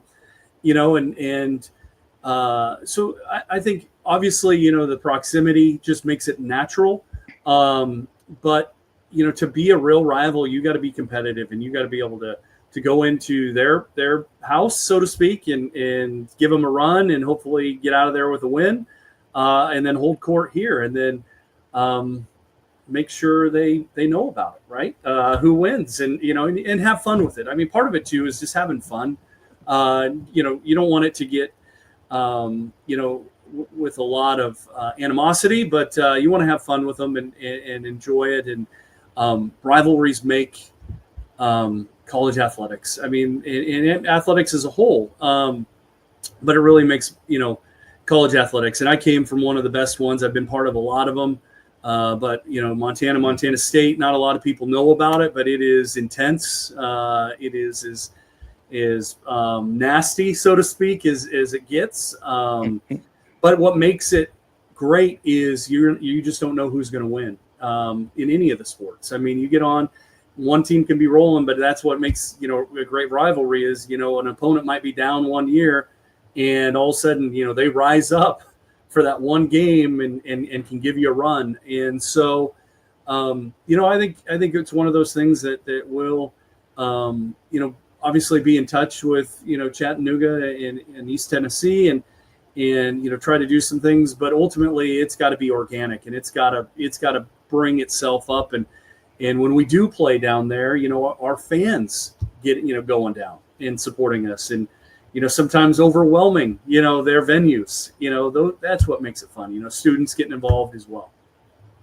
You mentioned your decorated background. You've worked in a lot of successful athletic departments across the country, obviously out there in the West Coast as well. When you made the visit to Cookeville, I guess the first part of this question is, what made you feel like Tennessee Tech was an opportunity for you to kind of move and kind of transition and, the value that you saw in that campus? And then secondly, maybe some opportunities and some things that you kind of had a vision for of what you can help build that athletic department into. Yeah, well, first, what attracted me is I did my research into Tennessee Tech was well, first, I mean, Cookeville and the university, what the campus is just gorgeous. So when you walk onto campus, I mean, that's the first thing. But the university itself, the growth of the university, and what it's about, and the programs that it offers. Obviously heavy STEM based education, engineers, business school, the sciences and such, and the growth that the university is showing where, across the country, higher education is, plateauing or even slipping a little, but Tennessee Tech continues to grow. So that was an indicator for me that the university itself is strong. But then I looked into athletics and I looked at, budgets, and I looked at, the possibilities, that we had, and then the support of the administration, and all those things kind of aligned. I think the biggest thing for me was the support that Dr. Oldham is giving to athletics, and he's a competitive person that wants to win, and he wants to see athletics, I guess, catch up to the rest of the university, but also help the university, shine a light on the university. And we can do that, through football, men's, women's basketball, that we can make those tournaments and shine a big spotlight on what Tennessee Tech is, and help, those that might not know about it, to open the doors and say, hey, this is who we are, and it's a great institution. You should consider, what we're about. As far as what I want to bring, it's really just, the mentality that we had, that I've had, in my career, but really kind of came to fruition in my last 8 years at Montana State. And that's just, the ability to compete, the ability to win, both on and off the court. On the court, obviously we want to win, but also, graduate players, or student athletes, and making sure that we're setting them up for the next 40 or 50 years of their life. But to compete, and that is, give our programs the opportunity to compete for conference championships, and get into those tournaments and compete, in reality, for national championships. So we want to be, in the mix each and every year, at the top of the conference. And that's, we've got to do our job on the administrative side. We got to give them the resources, and the ability to do that. And so, our commitment is to grow and try to be in the top 2 or 3 with all of our programs. And that gives them an opportunity to go and win a conference championship. Casey Fox, the newly named athletics director at Tennessee Tech University, joining us here on Main Street Sports today, presented by the Tennessee Orthopedic Alliance of Columbia. Producer Mark has a question, Casey. Okay. Is this the end of Harvey? Now, it's Harvey in Murfreesboro, it's Shinny Ninny in Cookeville, and you may or may not be familiar yet, but there is a totem pole that is on the line whenever MTSU and Tennessee Tech play football. Mm-hmm. And that series has kind of been off and on of late. They played last fall. Middle won it. I'm not sure when the next game is scheduled or if there is another game on the schedule. So, MTSU and Tech have been long rivals, both from their beginnings in the Ohio Valley Conference, that kind of thing. Are you aware of a football game being on the books between y'all and Middle Tennessee State? Not currently, but we have a lot of work to do with our future football schedules, because with yesterday's announcement, we had Chattanooga and Samford on as non-conference opponents over the next couple of years, and that now they become conference opponents. So we got a lot of work to do on scheduling. So I don't know who's on our schedule right now. I wondered about that. And again, with it happening next year, and the way folks schedule so far out, typically in football and that kind of thing, I was curious just how much of a undertaking that was going to be for football scheduling in particular. It's big. I've already been in contact with folks around the country looking for future dates. I've got a call here with the commissioner of the SoCon, and hopefully I can get some information here a little bit more on the conference and what we're going to be doing, in future. But I got to get on this right away. And, at least for 26, we've got one non-conference game on the books against Mississippi State next year. We need, 2 to 3 more, ASAP. And so I've already been working the phones, working email, trying to find, games and looking at schedules myself. So, as far as, rivalries and trophies, I think that would be something we need to discuss with, the opponent. If it's Chattanooga and we want to get something going, I don't think we're going to repurpose, something else that was part of a different rivalry into somebody else. So, we got to start our own traditions and things. So I got to figure it out and hopefully we can. Obviously, this becomes the biggest thing going on with Tennessee Tech athletics, but what else is going on as Casey Fox transitions into that role? Well, the biggest thing is, right now we have half a football stadium. The west side is under construction. It'll be throughout this football season. And, the goal is to have it ready and open for football next year. So that's the biggest one. That's going to be, immense in terms of how it transforms our program and our facilities. I mean, you're going from the old west side, which was just a, kind of concrete block, to a modern, kind of stadium setup with suites and club level and reserve seating, chairback seating. And so it's going to transform our stadium. That's a big one. We're doing some other facility projects as well. And I'm going to zero in. We need to get a football operations building, up and running, and that's going to be my top priority for a capital campaign. But, just getting in here and immersing myself into the department, finding out, how things have been done, what things need to be updated, changed, so to speak, and go. But I know this, we've got a great group of coaches. I've enjoyed talking and getting to know them. And we got a lot of passionate staff here that want to be successful. And so, that's half the battle right there. But we're excited. I'm excited to be here and get going. We actually start tonight, first contest here in about 3.5 hours. We play soccer, plays Lipscomb out here on the soccer field. For my first home event as athletic director. I'm excited. There are a lot of media members across the mid-state area, Casey, that will be interested to know, will the press box be part of that west side improvement, and will an elevator to the press box be part of that? Because hashtag 86-step challenge is a very real thing. There are elevators. I mean, the towers are going up right now.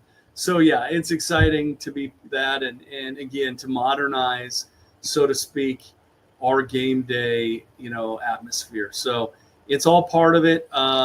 It'll be great to see it, and we can't wait to show it off and have it ready next year. That's awesome. Casey Fox, Athletics Director at Tennessee Tech University, joining us here on Main Street Sports today, presented by the Tennessee Orthopedic Alliance of Columbia. Casey, we appreciate your time. If you could work a Big O's visit in here in the next bit so that when we get you back on, we can compare and contrast, that would be great. I will do that. I promise that. We look forward to it, man. Thank you. Thank you, guys. I appreciate your time. All right.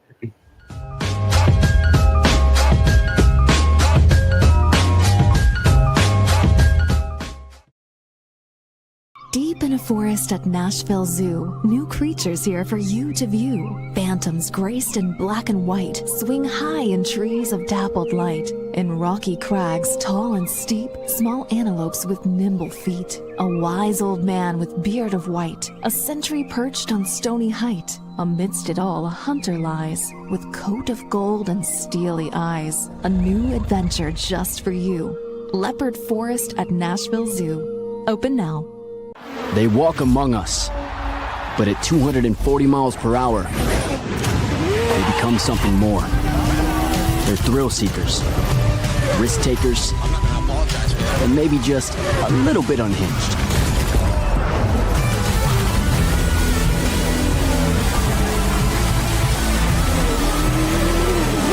Buckle up. This new era of speed, this racing revolution, it's just getting started.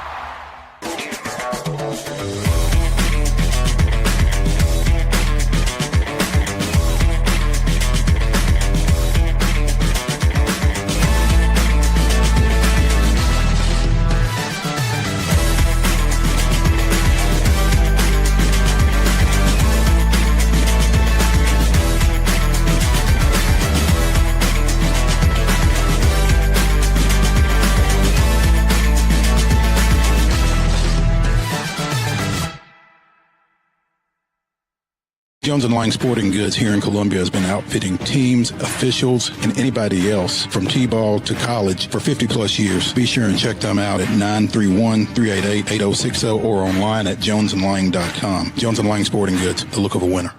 Piggly Wiggly, located in Neely's Mill Shopping Center, is Columbia's locally owned and operated Cost Plus 10 grocery store dedicated to serving the community with low prices and smiling faces. Piggly Wiggly offers fresh, hand-cut meats daily, as well as daily hot plate lunches from their deli counter. You're certain to see smiling faces and a helping hand when you're here at Piggly Wiggly. Come by and check out our fresh produce, high-quality meats, and more. Down home, down the street, we'll see you at the Pig.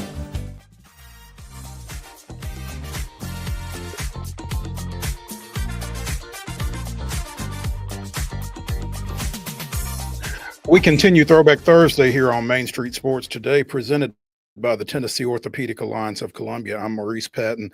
That's David Wilson. And joining us as we continue our Southeastern Conference football previews. From the Northeast Mississippi Daily Journal, it's Michael L. KATZ to help break down the Ole Miss Rebels. Michael, good afternoon. How are you guys doing? Michael, I can't hear you.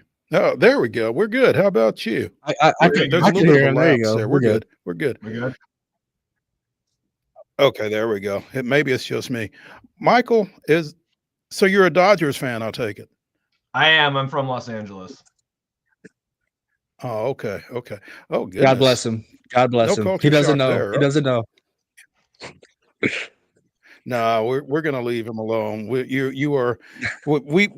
need to just stay as quiet as possible right now, David. We're not going to give him a hard time about his Dodger fandom, given where our team sits right now. But Michael, thanks for taking some time with us this afternoon. What is Lane Kiffin's group looking like as we sit here a little over a week from the season opener against Georgia State? It's crazy because this team is so different from what it's been the last few years.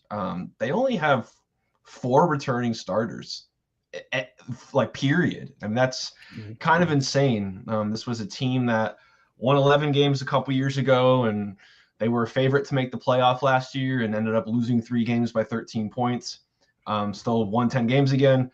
But they lost so much. Jackson Dart, Walter Nolan, all these big name guys. I mean, they had the biggest draft class they've had in recent history. That was just such a talented team. And I think that in previous eras of college football, Ole Miss would probably be in a lot of trouble because they are replacing so much.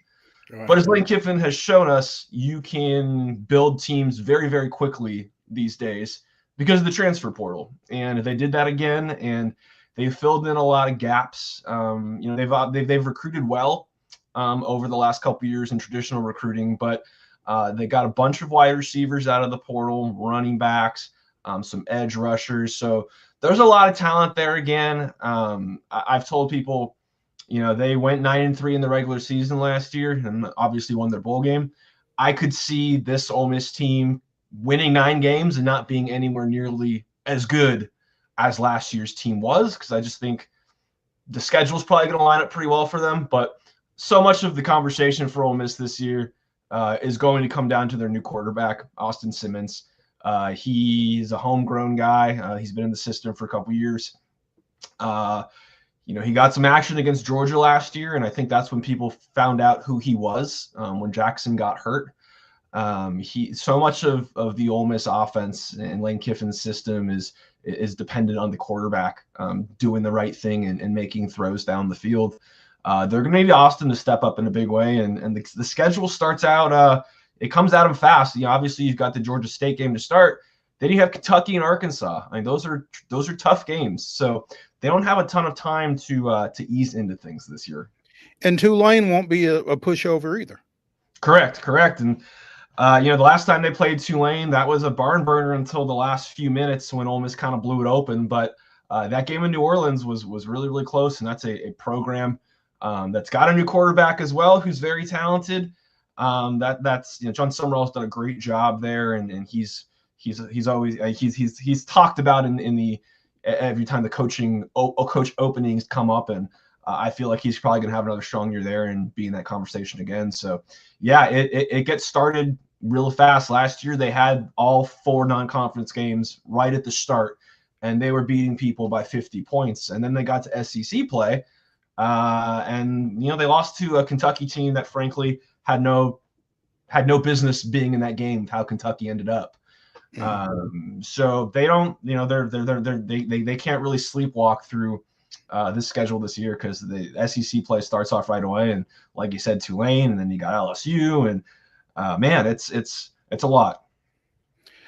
Michael, I'm really fascinated by Austin Simmons. This is a kid who came in really young, reclassified, came in young, 2-sport guy. I mean, there's just so much to go with this quarterback as being the successor to Jackson Dart. It just feels like there's a lot with him. Yeah, I mean, it's crazy. He graduated high school 2 years early. He's already graduated from college. He's starting his master's this year, which again is insane to think about as an SEC Division I quarterback. But I think he wanted to get the hard part of his schoolwork done before he became the starter, knowing that his time was coming. But I mean, our introduction to Austin was as a relief pitcher out of the bullpen for Ole Miss, and as a true freshman, he's throwing 94. I mean, this was unbelievable. And then he had an arm injury, and he had to choose, football and baseball, and obviously he chose football. But I mean, just the arm is he's a lefty, so it looks a little weird because there aren't a lot of lefty quarterbacks out there, but that arm is special. You watch him throw in practice, and it just looks different when it comes out of his hand. There's going to be a lot on his plate, though. I don't think they can kind of babysit him and let him, ease into things. I think the offense has to kind of be on the table and on his plate. And again, there's a lot of things that go with the Ole Miss offense. Jackson ran it masterfully last year. He led the nation in passing efficiency. He ran for almost 500 yards. He was the heart and soul of that very talented team. Austin's a little bit different. He's probably not gonna. They're probably not gonna want him lowering his shoulder on linebackers the way Jackson did, because that always got a little. I think everybody kind of held their breath from the coaching staff every time Jackson did that. But he's as talented a thrower as at least I've seen in my time here, and it is going to look a little different. Expecting him to come in and lead the nation in passing efficiency and pick up right where Jackson left off probably isn't fair. But the expectations that he sort of created for himself after that Georgia game, where he came in after Jackson got hurt and went 5 for 6 against the number 3 team in the country and led that touchdown drive. And obviously, eventually Jackson came back in and they got the upset in one of the biggest wins in Ole Miss history, probably. I think that Austin sort of has created this maybe an unrealistic image of what this thing is going to look like right away. It's all going to look like that what it did against Georgia, and I don't think that's fair to him. We know the talent's insane, and there's going to be a lot more good than bad. But man, he caught everybody's attention really, really early, and I think that's what everybody remembers about him. But he's only thrown 32 passes in his career. There's going to be some lumps.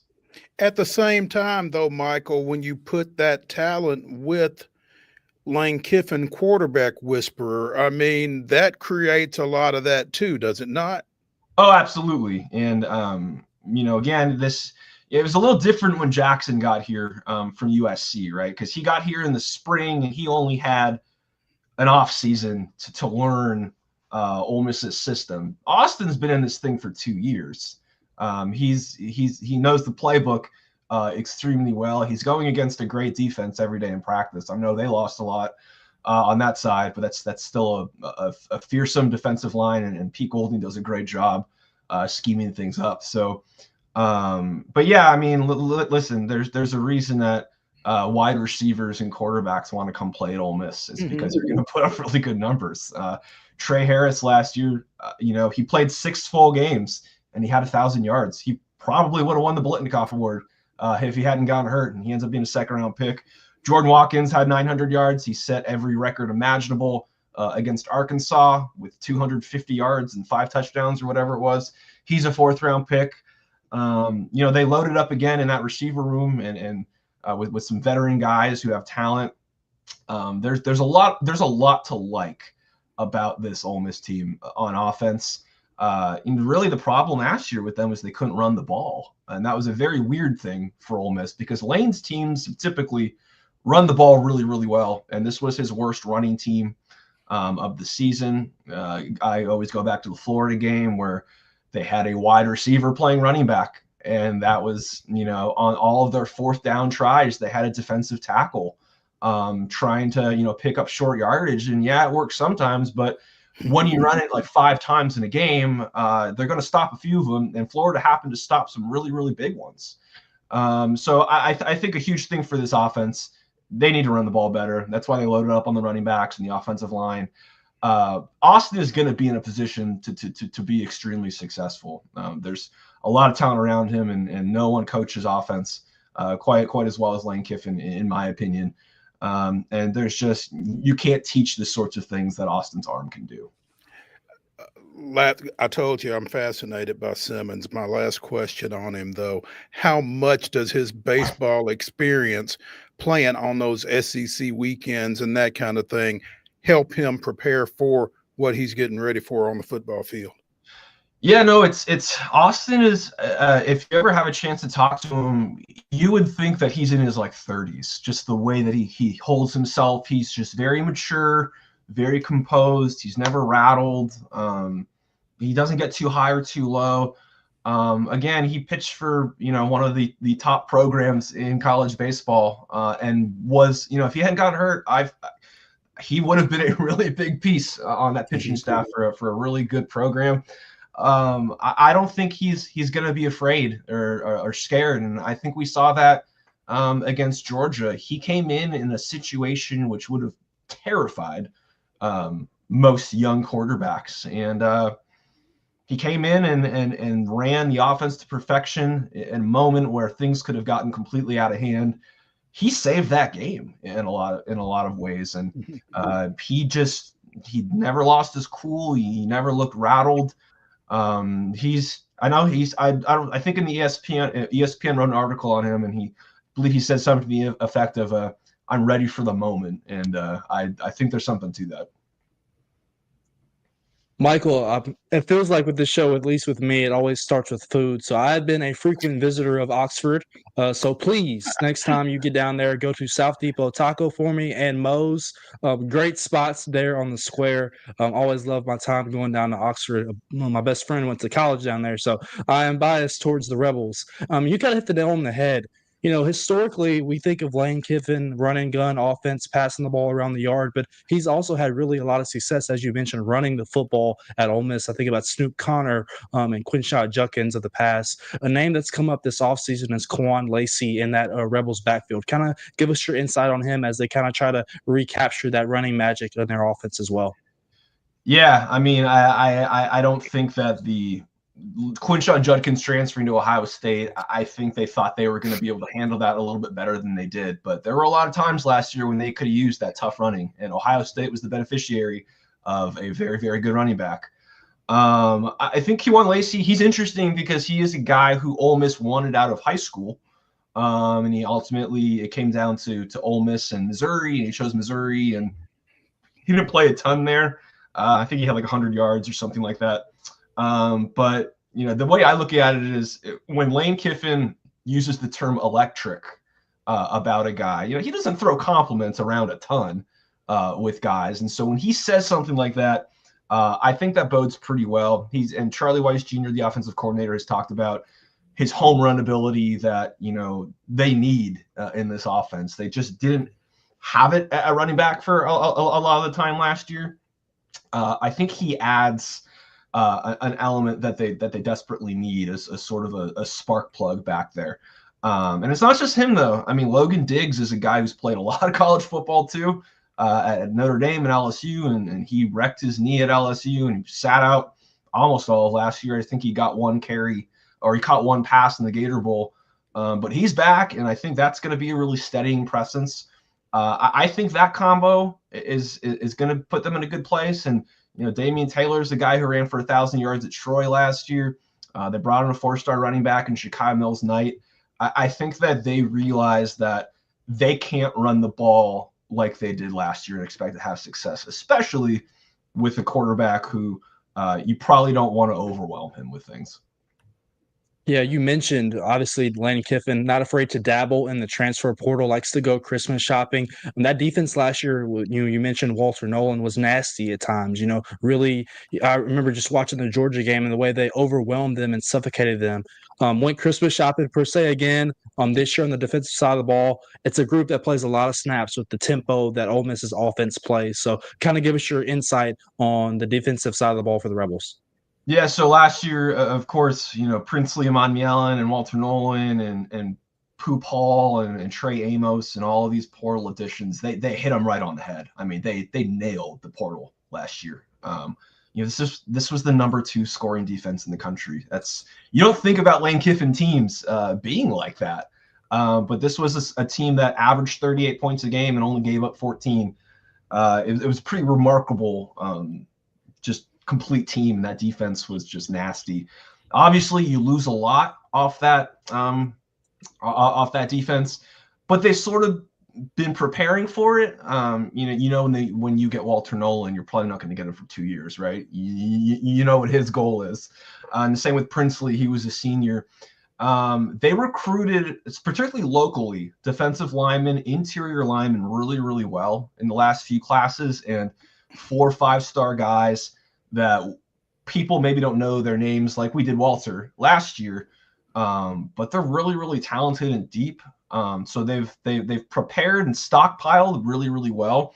The one thing they were probably missing was edge rushers, and so they went in the portal and they got Princely Emmanuel's brother, Prince Will, from Nebraska, and they got Deshaun Womack, a former 5-star prospect from LSU, to sort of round things out.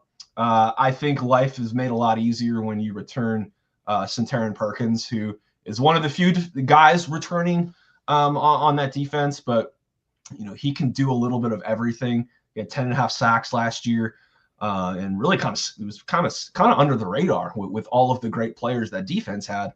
I really think that he's one of the best defensive players in the country, and is probably a little bit underrated. I think they're going to have him do a lot of different things this year, maybe not just rushing the passer. I think they're going to use him in a lot of different roles. So I think that front 7 is feeling pretty good. They had to redo the secondary, and that's always that's never fun, especially when you had Trey Amos, who was a first-round talent at corner, who I believe went in the 2nd round to the Commanders, an all-SEC guy, shut down half the field. Replacing that is hard, but I think for Ole Miss and Pete Golding, it really does all come down to the front. As Pete says, you just have to stop the run to have fun. And he firmly believes that if you can get a push up front and you can shut that down, the secondary is going to be fine. So I'm a little bit higher on this defense than I think some people are, just because I know they're talented, and I think Pete Golding has gotten the benefit of the doubt here. It's obviously not as star-studded as we've seen compared to last year, but I think there's a lot of really good talent there.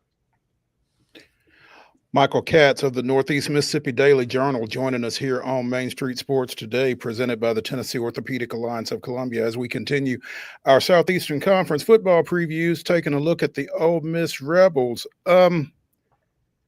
Michael, having missed the playoffs last year, and with all of the personnel hits that this team has taken, you mentioned rebuilding things through the portal and that kind of thing, but is it playoffs or bust in Oxford this time around, or just what is the expectation for this team when you take everything into consideration?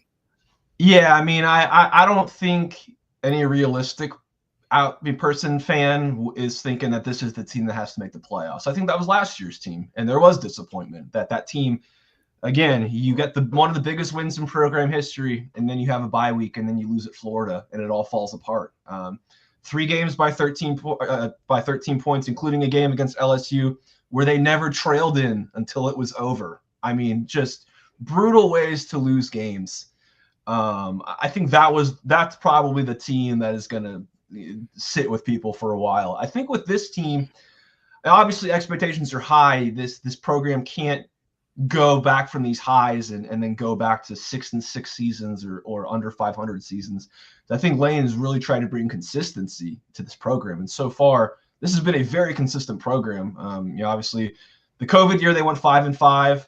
They won 10 games the next year, 8 the next year, 11 the next year, 10 the next year. This is a program that expects to be in the greater conversation. I don't know if there's some swing games on the schedule where if they do go Ole Miss's way this year, I could see them kind of sneaking into the playoff. I could see this team winning 9 games, maybe 10 games if things really go well. I've sort of been in that 8 to 9 win range. They only leave the state of Mississippi 3 times this year. Obviously, Georgia being one of them is probably pretty tough. Oklahoma as well. I think that this team could very well have the similar results to last year's in terms of number of wins and not look anywhere near as dominant as last year's team was, because listen, it is the same schedule as last year in the SEC, just everything's flipped. And you get South Carolina at home, you get Florida at home, you get LSU at home. Those are all going to be really, really big games, and to have them in Oxford, I think, is huge. So I don't think this is the playoff or bust year. I think that if they take care of business this year and Austin comes back, I think that next year could have a lot of similar feeling to what we thought coming into 2024 in terms of expectations. But I think right now, I think the goal is to just keep being a consistent winner and win the games you need to win, get a couple of those flip games, and you're going to find yourself in a pretty good spot. It feels like Georgia's going to attract a lot of attention when you go over there in mid-October, but it feels like to me South Carolina with Lenora Sellers is a sneaky, dangerous ball game, even at Oxford. Yeah, and that was maybe one of the most surprising games of the year last year, where Ole Miss just absolutely blanked them. I think it was 27-0 in Columbia. And I believe Sellers got a little banged up in that game, but even when he wasn't doing a ton. That was one of the most impressive defensive performances I've really seen from Ole Miss in my time covering them. But again, like you said, Sellers is back. That's a team that is a preseason darling, kind of like Ole Miss was last year. Maybe not to the same extent, but I think people are expecting them to take that next step and be in the conversation. That's going to be a tough one. And again, Florida, which is a game Ole Miss should have never lost, but DJ Lagway is a special player. And when you've got a special quarterback, that can help you win games that maybe you shouldn't be in. And Sellers is that kind of player. Lagway is that kind of player. I think Nussmeier is that kind of player. They're going to play some really, really good quarterbacks this year. So I know the schedule by SEC standards is quote unquote easy, but man, there's just there's a lot of obstacles in the way on the schedule for sure. Michael Katz of the Northeast Mississippi Daily Journal joining us here on Main Street Sports Today. Michael, can't let you get out without what's been your most memorable Lane Kiffin quote from this offseason? Let's see. Oh, well, it was at media days. It involved Hugh Freeze. As I'm sure you guys have heard, people were mad at Hugh Freeze for golfing too much. And Lane, someone asked Lane about his Twitter interactions with Hugh. Lane is very online. He loves poking the bear. He's very good at that. And he said, he's like, I really like Hugh. I've heard he's been getting better at golf, and I'm really happy for him. And we just were all sitting there just cracking up. We're like, man, he's the king of the zinger. He knows exactly what he's doing. He is really Steve Spurrier 2.0, isn't he? He is. And it's, he's not a boisterous guy, but man, when he's got a banger, it hits. And he's so subtle and dry that when it happens, you're sitting there and you're like, wait, did he really say that? And then you go back through the transcript and you're like, yep, he sure did. There you go. Michael KATZ, we appreciate you taking some time with us this afternoon, man. Look forward to catching up with you later in the year. Absolutely. Thanks for having me, guys. Thank you. Let's take a break here as we wrap up the Throwback Thursday edition of Main Street Sports Today, presented by the Tennessee Orthopedic Alliance of Columbia. When we get back, we'll jump into the grab bag. Stick around.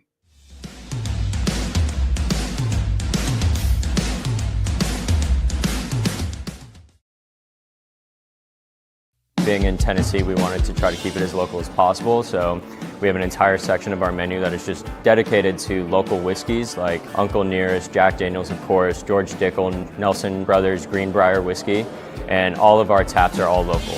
From 2 o'clock until midnight, we've got food every day for you guys. A good handful of appetizers, some entrees, and a couple salads and things like that. My name is Ethan Kanata. Please come down and see us at the Pick Lobby Bar here at the Omni in Nashville. At Delta Dental of Tennessee, we know our success begins and ends with providing superior quality service, and that includes serving those who need it most. This year, we're celebrating 25 years of giving back to the community we call home. Delta Dental, along with our Smile 180 Foundation, supports Tennessee's dental colleges and oral health education, children's hospitals, free and reduced cost dental clinics, and other like-minded charities. Here's to the next 25 plus years of ensuring healthy smiles. There's a line that links us all. Most of the time, we don't even think about it, but it's everywhere. Illuminating our neighborhoods, empowering our businesses, and helping us to recharge. Whether it comes from our grids, the sun, or a kind heart, we believe in the power of good energy. And as your family and region continue to grow, you can trust that we'll always be there for you. Middle Tennessee Electric, bringing good energy.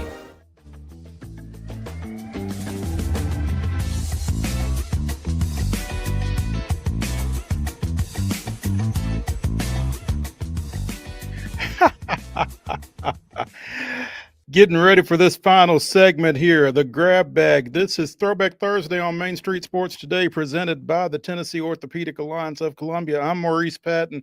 That is our resident Notre Dame fan, David Wilson, over there. And it's good. But oh, dude, Drake Rakes. I love it. We are getting into the grab bag and item number one. David, what are your thoughts about the QB1 battle in South Bend that apparently for now has been won by CJ Carr over former Pope John Paul II signal caller Kenny Minchey? Right. This has been a quarterback battle per se that's kind of raged on since the spring, and it's taken various different turns, Mo. Last year, Steve Angeli, who has now been named the starter for Syracuse, who will face Tennessee week 1 next week. Originally going into spring ball, we thought Steve was going to take over for the job left by Riley Leonard, who has since been drafted by the Indianapolis Colts. CJ and Kenny played really well in the spring. Steve kind of gets get the boot per se and left out the door, transfers. And really this summer, I think going into camp, it was presumed that CJ Carr was going to be the winner. But Kenny Minchey really made it a race, and it became kind of national news that Kenny was continuing to gain steam here locally from the Hendersonville area, went to Pope John Paul II. So, but CJ Carr's a talented player for redshirt freshman, the grandson of former Michigan coach Lloyd Carr. So he has the pedigree, the heritage, throws a pretty ball. He's going to be very green per se when we play Miami next week, but I'm excited about him and his opportunity. And he takes over a Notre Dame offense that has all the weapons in the world with Jeremiah Love and Jadarian Price in that backfield and a host of weapons on the outside. And obviously Notre Dame has had historically a great offensive line per se. So he has all the keys to the puzzle. So hopefully he'll start the car and we'll get things going per se. Well, I was kind of hoping that Kenny Minchey could break through and become the second, significant JP2 alum to play in that Notre Dame program behind former receiver Golden Tate. I wouldn't close the door on him just yet. Your number can get called at any moment for sure. Yeah, but for me, for right now, it's just one more reason to not like Notre Dame. So not said in this household. Yeah, well. Anyway, we have just talked about Notre Dame more than I would like to for the rest of the season. So there we go. Now, staying in the Midwest, though, some news out of Chicago or the Chi-Town suburbs, Evanston specifically. Apparently, Northwestern University and alumnus and former football coach Pat Fitzgerald have settled the lawsuit that Fitzgerald brought a couple of years ago for wrongful termination around some hazing allegations in the program, which at the time were called widespread and clearly not a secret by school president Michael Schill.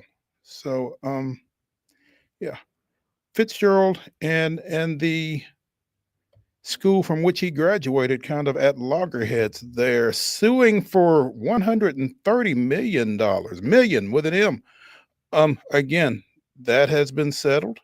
Terms were not disclosed, but I mean, I guess if you sue for $130 million, it's gonna take a pretty good chunk to get you to pull that back. Fitzgerald said in a statement earlier today, for the past 2 years, I have engaged in a process of extensive fact and expert discovery, which showed what I have known and said all along, that I had no knowledge of hazing ever occurring in the Northwestern football program and that I never directed or encouraging hazing in any way.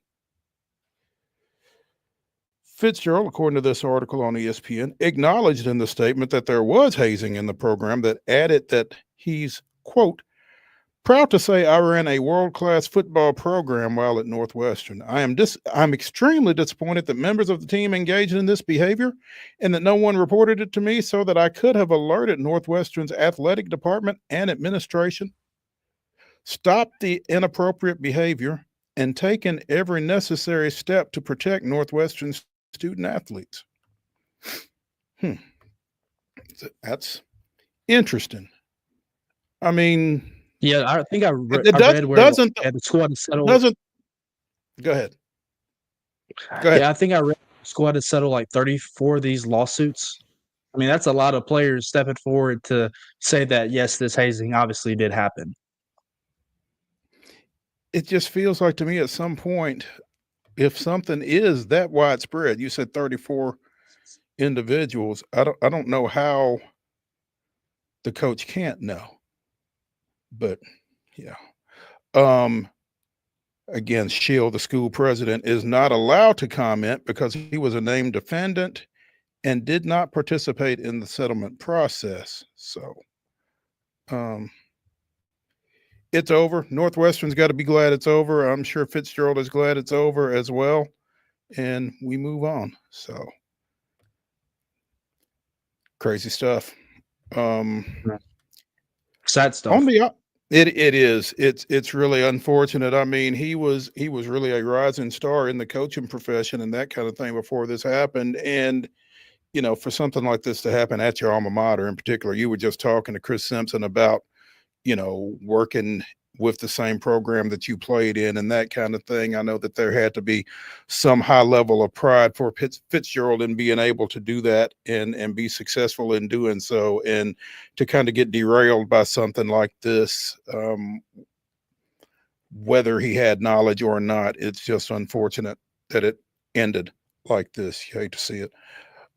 The Nashville Predators and their first-round draft pick Brady Martin have agreed to a 3-year, just under $3 million deal, $2.93 million to be specific. The number 5 pick overall, signing an entry-level contract. Now, because he's only 18, he either has to play with the Predators or at the junior level. The option of sending him to the Milwaukee Admirals does not exist because of his age, apparently. During the 24-25 season, scored 72 points on 33 goals, 39 assists for the Sioux Greyhounds of the Ontario Hockey League. Can't imagine an 18-year-old is going to make the Predators roster, but, the opportunity is there. Yeah, and I would be interested. Obviously, I've not been on since the NHL draft with Ann Kimmel, who is our resident hockey expert on this platform. But would be interested to ask her, and when this pick came in, obviously, I think there was a drop off in this past draft at the NHL level from 1 to 2 in the gap of player talent per se, and this was not the consensus, number 5 player on the board per se. So there was some swing here. So I would just be interested to see where he fits really long term into what the Preds' plans are. Obviously, maybe not being in Nashville this year. So how long, as you kind of mentioned, will it take for him to get there if he needs some seasoning still per se? Yeah. I mean, I can't imagine a situation where he doesn't need some seasoning, to be honest. I mean, again, he's 18 years old. There are guys in the league that have socks older than that. So, yeah, I think he's pretty much juniors bound for the 25-26 season, but stay tuned. Russell Henley, 7 under through 16, leads the PGA Tour Championship down at East Lake with 2 holes remaining. He's a stroke up on Colin Morikawa and Patrick Cantlay, both of whom are in for the day with a 6 under 64. Justin Thomas and Robert McIntyre each 5 under through 17. Shaping up early as a barn burner. Scotty Scheffler tied for 7th, 4 under through 13. It's going to be a fun watch here over the next 3 days in Atlanta to see how this thing shakes out. Especially with Scheffler coming off the performance that he had this past weekend. It just feels like every time he's out there, it's his to lose. He entered this weekend's tournament in Atlanta with the shortest odds to win the tournament since was Tiger Woods in 2009, who entered the tour at even money back then. So I think Scheffler was plus 160 going into this weekend's competition. So dominant performer, as Calvin White alluded to yesterday. He's a dominant player.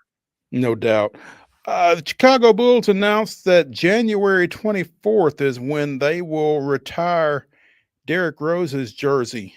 That game is against the Celtics, actually. They will have a post-game ceremony to recognize the Chi-Town native. And in addition to that celebration, again on January 24th, they are going to be giving out 4 different figurines to honor Derrick Rose. A Rookie of the Year figurine on November 4th against Philadelphia. Face mask Derrick on December 17th against Cleveland after he suffered a fractured orbital eye bone before the 2015-16 season. MVP Derrick on February 22nd and Green Jersey Derrick on March 19th. So, Derrick Rose, the season of Rose with the Bulls. That's going to do it for Throwback Thursday here on Main Street Sports Today, presented by the Tennessee Orthopedic Alliance of Columbia. Wade and I will see you at 2 o'clock tomorrow. Have a great day.